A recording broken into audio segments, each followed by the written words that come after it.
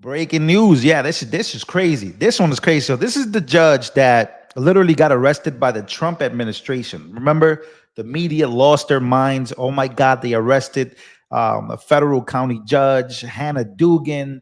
How can they do this? The Trump administration is so corrupt. They're turning into fascists. Meanwhile, no one really understood the details as to why the FBI arrested this federal judge. And we're going to go into the big breaking news here immediately because this judge, a federal grand jury, just indicted her. They just indicted this Milwaukee County judge, Hannah Dugan, for allegedly assisting an undocumented immigrant and evading arrest. That is given instructions to evade this arrest. This is Hannah Dugan, right?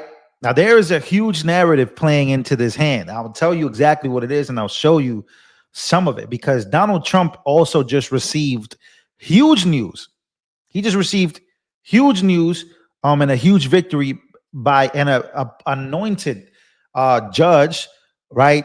By a judge that he basically appointed. So we got to talk about that as well. But for now, ladies and gentlemen, the crash out continues. It really does. Many people tried to make this woman out to be the first victim of a fascist administration. Judge, anything to say about this?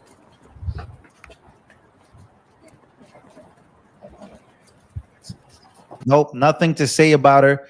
That was moments ago, literally after she finds out she has been federally indicted. Here it is, breaking Wisconsin rogue judge Hannah Dugan indicted by a grand jury for assisting criminal aliens in evading. There it is. Oh my God, they arrested her, bro. This is crazy. Holy, she's in handcuffs.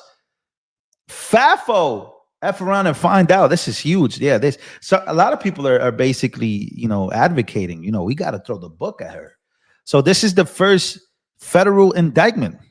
It's real. It's happening very, very fast. But what led this woman, who is a judge, what led her on this path to do this? Now, we've seen again the liberal white boomer crash out. It's continuing. Right here it is. This was something that happened earlier today. Happening now. Democrat boomers are staging an insurrection and attempting to push their way through the Capitol at the Rayburn House office building. The crash out continues. Boomers are leading the biggest movement, even more than a lot of the Gen Zers. What is going on? What is happening? Well, let's talk about it. But first, let's watch this video.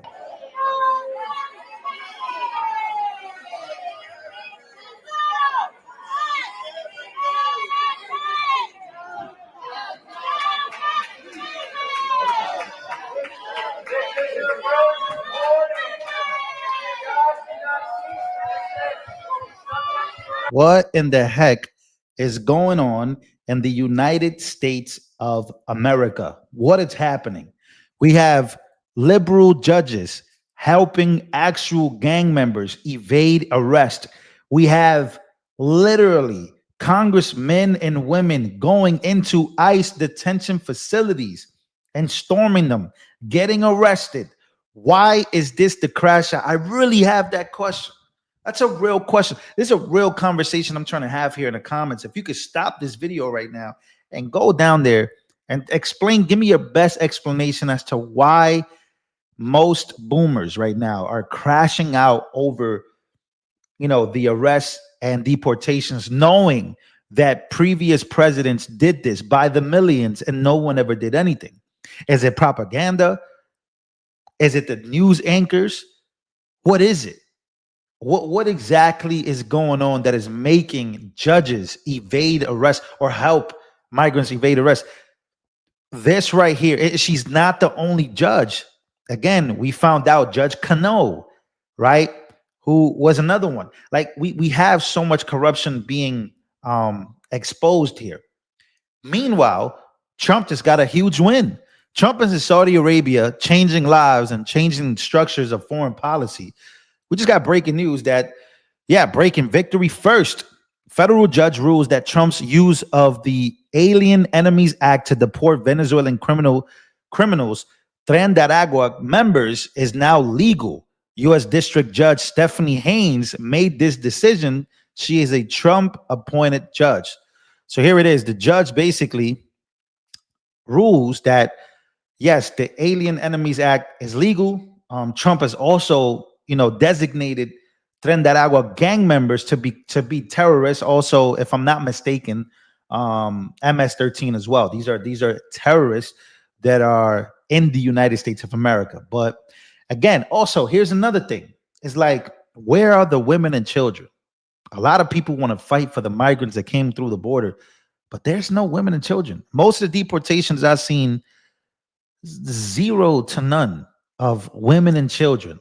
But yet again, so as the court stressed at the beginning of this opinion, the case implicates significant issues. In resolving those issues, this court's unflagging obligation to apply the law is as written. When the court does so, it finds the proclamation now at issue complies with the AEA, and a court further finds the respondents must provide greater notice to those subject to removal under the AEA than they are currently providing. So, having done its job, the court now leaves it up to the political branches of government and ultimately to the people who elect those individuals to decide whether the laws and those executing them continue to reflect their will. An appropriate order follows. And there she goes, signing off on it.